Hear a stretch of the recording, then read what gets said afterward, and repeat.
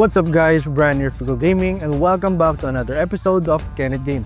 Today, we're testing the OPPO Reno13 Pro, an upper mid-range phone that marketed as having flagship-like power. But does it really live up to that promise, especially at its price point? This phone has been making waves for its sleek design, bright AMOLED display, and new MediaTek Dimensity processor. It's priced above typical mid-range devices yet still shy of true ultra flagships. Today, we'll break down the specs, flash some benchmarks, and then jump into real-world gaming tests to see if it can truly deliver. Right off the bat, $43,999 is a hefty leap from its predecessor's $34,999. That extra $9,000 puts it right alongside some flagship models from competing brands. Does it offer enough upgrades like better cameras, longer battery life, or stronger performance to justify the hike? Let's check. The Reno13 Pro sports a 6.83-inch Full HD Plus AMOLED panel with a 120Hz adaptive refresh rate, peaking at 1200 nits of brightness. Powering it is a MediaTek Dimensity 8350 processor built on a 4nm process, paired with a Mali G615 MC6 GPU. You get 12 gigs of LPDDR5X RAM and 512 gigs of UFS 3.1 storage.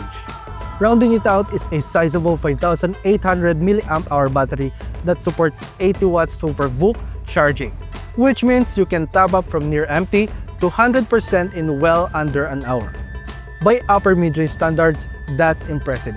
In practice, these specs looks good on paper, but do they translate a smooth, consistent gaming experience? Let's take a look at some synthetic benchmarks. Then we'll jump straight into actual gameplay. We run the usual suspects: Geekbench, 3D Mark, and Antutu, and we're flashing the results on the screen right now. Results indicate that the Dimensity 8350 in the Reno13 Pro stands toe-to-toe with the last year's flagship silicon from other brands, at least in raw numbers. CPU performance is solid, and GPU scores show potential for stable frame rates in demanding games. But numbers are one thing, actual gameplay is another. For our game test, we push the phone with popular games to the highest graphics settings possible. We run each game for about 30 minutes straight, tracking average FPS and surface temperature. Why the highest settings? Because at this price point, you'd expect the phone to handle intense visuals without too many hiccups. And why 30 minutes? Is a practical window where thermal buildup becomes noticeable, and you see if the device can maintain stable performance under sustained load. Let's start with Call of Duty Mobile. The Reno13 Pro averaged 60 FPS and kept surface temperature around 36 degrees Celsius. That's comfortable enough. And it felt smooth, no drop frames or severe stutters, even during frantic multiplayer matches.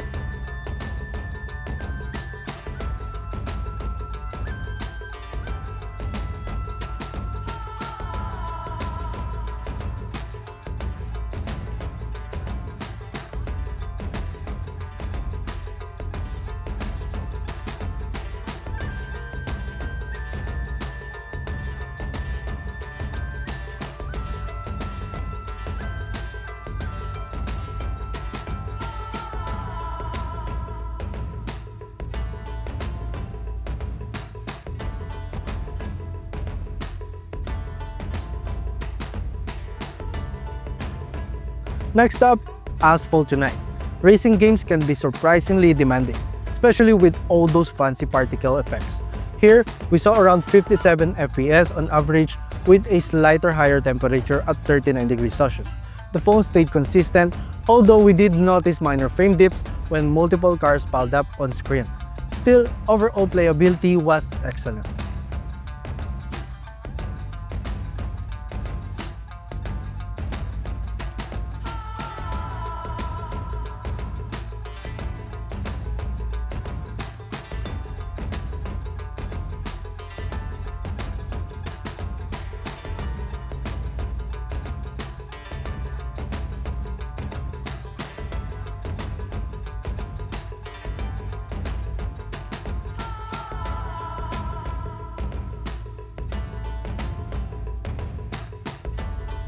Now for the big test, Genshin Impact. This game is notoriously heavy on both CPU and GPU. We set everything to the highest settings, of course. The Reno13 Pro hovered around 38 FPS. Temperature climbed up to around 40 degrees Celsius, so things get warm but not unbearable. If you're aiming for a locked 60 FPS, you might have to dial settings back a bit.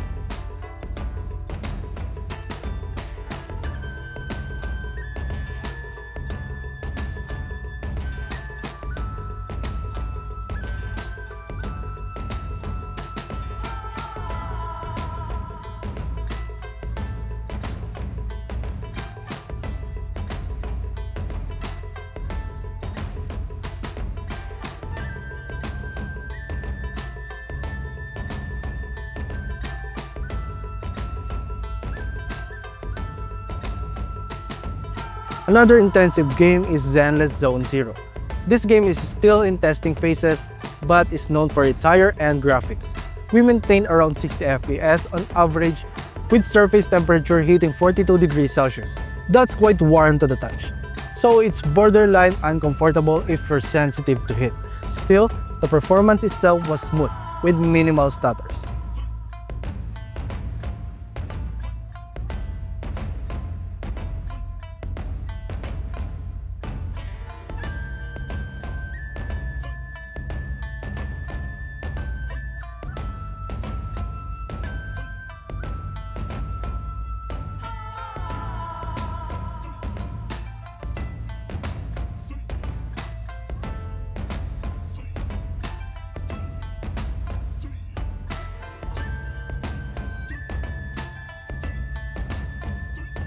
Lastly, Mobile Legends, which is usually lightweight.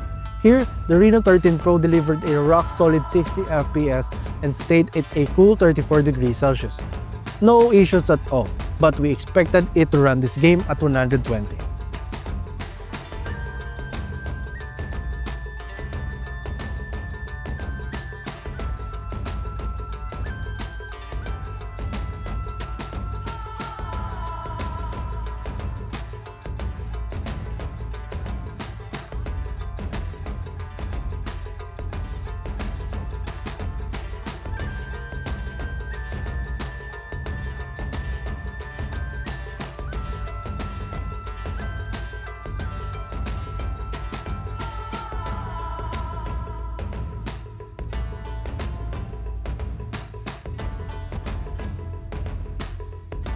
Let's talk about positives. The Reno13 Pro generally feels premium in the hand. There's a noticeable heft and well-balanced bezels around the display, giving it a sleek, almost flagship feel. Heat management is decent.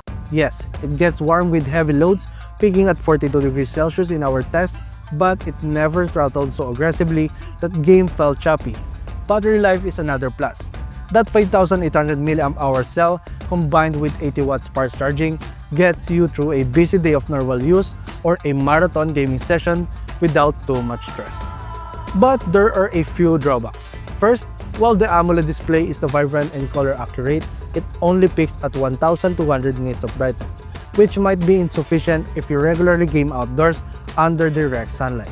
Then there's the price. At $43,999, you're edging closer to full-fledged flagship territory, where you can snag devices with even more raw horsepower and better camera packages. Comparing it to the Reno12 Pro, the Reno13 Pro is better in raw performance and battery life. You get a newer chipset, more storage, and a slightly bigger battery, but the price jump is quite substantial. That extra price for the Reno13 Pro might be tough to swallow if you don't need the incremental performance gains or the small design refinements. If you're only looking for a reliable daily driver with decent gaming chops, the Reno12 Pro or even other brands' flagship in the 40K range might offer better value. So, can the Reno13 Pro game? Absolutely. However, the price tag of 44K puts it uncomfortably close to legitimate flagship territory. If you're heavily into mobile gaming and want the latest design cues, it's a compelling option.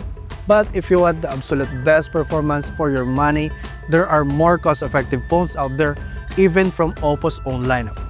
So, what device would you like us to do a gaming review next? Let me know in the comment section down below, and as always, don't forget to like, subscribe, hit the bell icon, and also visit our website gaming.yugatech.com for more news, gaming stuff, and reviews. This is Brian, and see you again on the next one.